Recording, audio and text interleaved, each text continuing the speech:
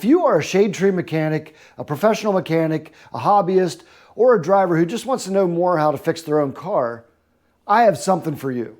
And that is this, the Mucar 892BT scan tool. Now my friends over at Mucar sent this for me to review and to show you everything this little powerhouse can do. Now myself, I'm coming from a Launch X431 scan tool, and it's a great scan tool. I have nothing bad to say about it. But this goes above and beyond. So let's take a dive into this scan tool and see what it's all about. All right, let's start with the outside of the Mucar 892BT. It has an 8-inch screen, an Android operating system, Bluetooth bidirectional communication with the vehicle, and the Bluetooth module stows on the back side of the scan tool magnetically. It also has an adjustable kickstand that you can use to hang this from your steering wheel or a component of the vehicle, or you can set it on a desktop and use it that way, on your dashboard, etc.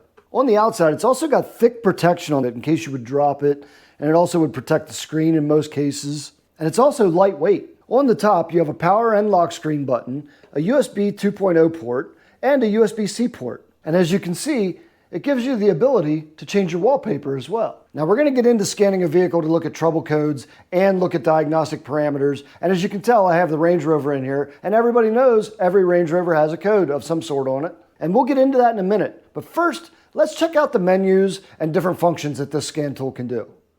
Now, when you first turn the unit on, the first thing you'll come to is this auto search button. With the Bluetooth module connected to your vehicle and the ignition on, you would hit enter and it would scan your vehicle, come up with the VIN and the information on your make and model, and start the process to be able to scan. Now, I don't have the Bluetooth module hooked to anything right now, so we're going to cancel this. It tells us to remove the VCI, the vehicle connection interface. Next thing is diagnose. And in here, you can go in manually to different manufacturers and find the vehicle you want to work on if you don't want to do the auto scan, or if your vehicle's too old to scan like that. Next, you can do just a basic OBD scan, which will tell you most basic codes that your vehicle might have. It will not do deep dives into modules or anything like that. This would typically be for older vehicles that don't have modules controlling everything like Range Rovers and Audis do. Next is history, and if you go in there, you can see all of the vehicles you've scanned before and when. You can see I've used this scan tool quite a bit already. Next thing, you can go into reports. And this will show you all of the reports you created for the scans that you did. Let's go into the Audi report. This is my latest report that I created. And as you can see, here's a full analysis. And here are my trouble codes that showed up in all the different modules. So you can see we got some work to do on this Audi. Now also, you can choose to create a PDF version of that by hitting this button right here.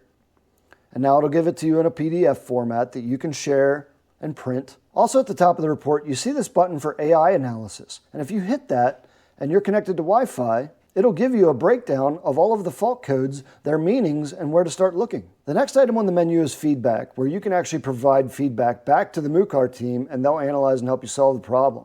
Next one is $Fix Community. It's a social media platform that you can actually go on and ask different questions. You can see hot topics related to your fault codes, things of that nature. Next menu option is the Mucar AI. You can actually ask it vehicle-related questions, and it'll give you AI responses to them. Let's go up to the Maintenance tab. Here are all the different functions you can perform for different manufacturers that are out there, such as battery matching, which we did on that Audi, ECU reset, TPMS reset, anti-theft key matching, oil reset, window calibration, air-fuel ratio reset, ABS bleeding. That's very handy because you have to do that on most vehicles with ABS. You have to bleed the ABS pump or you'll never fully get all the air out. Adaptive front lighting system reset, which I've had to do on the Range Rover already. AdBlue, that's for diesels. Air suspension matching, Rover has that as well. Airbag reset, brake pad reset. Range Rover also has brake pad sensors, so I'll have to use this at some point as well. Clutch matching, electronic water pump matching, DPF regen, EGR adaptation, electronic throttle adaptation, FRM, gateway, gear learning, gearbox learning, injector coding, language settings, odometer check. And what this will do is this will communicate with all of the modules on the vehicle to ensure the mileage is correct across all the modules. That can show you evidence of tampering, theft, scams, etc. I would especially use this function if I was going to purchase another vehicle. And that's regardless if it's a private seller or a dealership. It's just a great tool to help ensure that people are being honest. Odometer meter reset. I'm not even going to touch that with a 10-foot pole.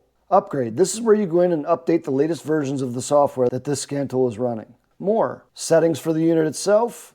online service, operating instructions for the scan tool, fault code library, coverage list, which will tell you all of the vehicles that this scan tool supports, module. Let's go into that one. So if you go in there, you see TPMS, videoscope, oscilloscope, printer, battery tester. There are different attachments that you can buy for this, such as a TPMS wand or leads for a videoscope that will turn this scan tool into those units. Now you can also purchase add-ons to make this scan tool work as an oscilloscope. Handy when you want to diagnose can problems, fuel injector problems, things like that, and you want to see the wavelengths that are being produced by certain sensors or components. You can buy a printer specifically for this scan tool and also a battery tester specifically for this tool. Gadget. Go into there, you have Chrome, file management, gallery, Gmail, YouTube, Candy Crush if you want it, Kindle if you want it, Duolingo, and PDF reader. Now, I don't ever plan on using this tool for games. I'm a little too busy for that, but if you want some Candy Crush on there, you do you. Remote assistance, you can get technical support. Now, if we go into what looks like a Windows icon, you can see it pops up a menu on the side as well. And there's many different things you can access in there. And then there's this little icon right here that you can move around on the screen, and it takes you directly to online service. And here you can message back and forth with the Mucar team. Now that I've shown you all the functions the Mucar can perform, let's use it in a real world scenario. I have my 2010 Range Rover in the shop. It does have a check engine light. Let's scan it and see what's going on with it. First things first, we'll get down here to our diagnostic connector. Plug our Mucar into it. You'll hear it beep when it's connected. Turn our ignition on. Turn the radio down so we don't copyright issue. And now I'm going to run this diagnostic report from outside the vehicle. All right, let's do auto search. And you can see we've populated the information on the Rover. And now it'll show you all of the different modules that could possibly be on this. We're going to do a smart scan. And you can see we found 3 diagnostic trouble codes. The first one is a P010B, which is a mass airflow sensor problem on the driver's side. We have an ABS fault for battery voltage intermittent. And we have a body control module fault for wheel module intermittent.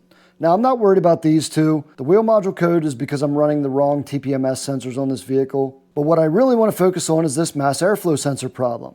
Now, I've already corrected this MAF sensor problem. It wasn't a problem with the MAF sensor itself. It was because I left the PCV pipe disconnected, which I've reconnected, and now we can go on and reset our trouble codes and see if they come back. So now that we've found our faults, we can generate a report from here. Hit OK, OK again, and you can see it's generated a report. Now, we can do a PDF version of this if we wanted to. We can share it, which would allow us to email it, or Bluetooth it, or send it to the Dollar Fix community. I'm not going to do any of those. But now I'm going to go into the ECM module. I'm going to read the fault code again. And now I'm going to clear the DTC. Hit OK. DTC clearing succeeded. And you can see now I have no DTC left. And if I go back out and read fault code, I have no DTC. So I've reset the MAF sensor code that we had. Now I'm going to go into demo mode to show you some of the other things this can do. Let's choose a Ford this time. We'll do a high-speed scan. This Ford's got all sorts of problems. It's got 7 DTCs. Looks like it has some climate problems, some ABS problems, turbo issue, and some brake problems. Now, if I want to go back, I can go into this module directly, and let's say I want to read what some of the sensors are doing. So we'll read data stream. Let's do some battery voltage, look at the engine coolant temperature, let's look at the intake air temperature, and a misfire monitor. And we'll hit OK. Now, as you see, it's giving us these readings. Coolant temperatures, right around the 200 degrees mark, goes up and down a little bit. Intake air temperature is going down a little bit, up a little bit. Battery voltage is at 14.25, which is a pretty good voltage showing that your alternator's charging. Now, let's say we want to graph these, and it'll actually start graphing each component. Let's look at the coolant temperature sensor in a full-size graph.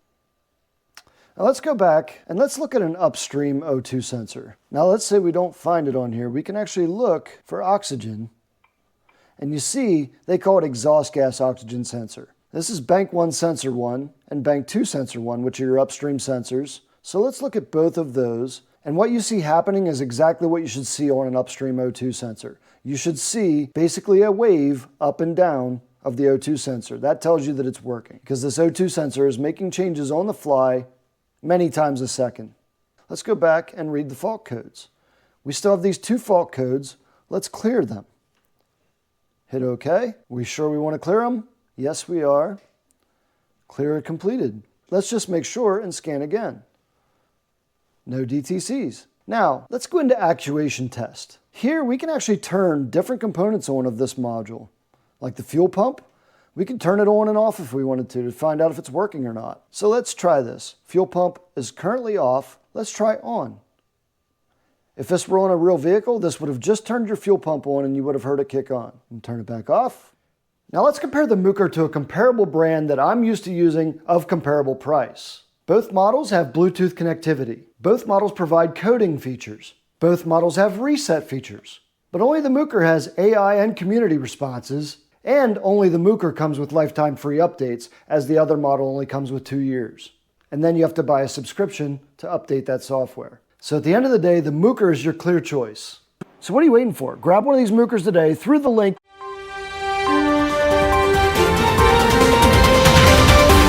Hang on guys, I just got a message from my friends over at Mucar. From now until December 1st, they have dropped the price of the 892 BT from $519 to $449. And they've offered me a 5% discount code to offer to you that will drop us now down to $423. That is $423 for a lifetime update scan tool.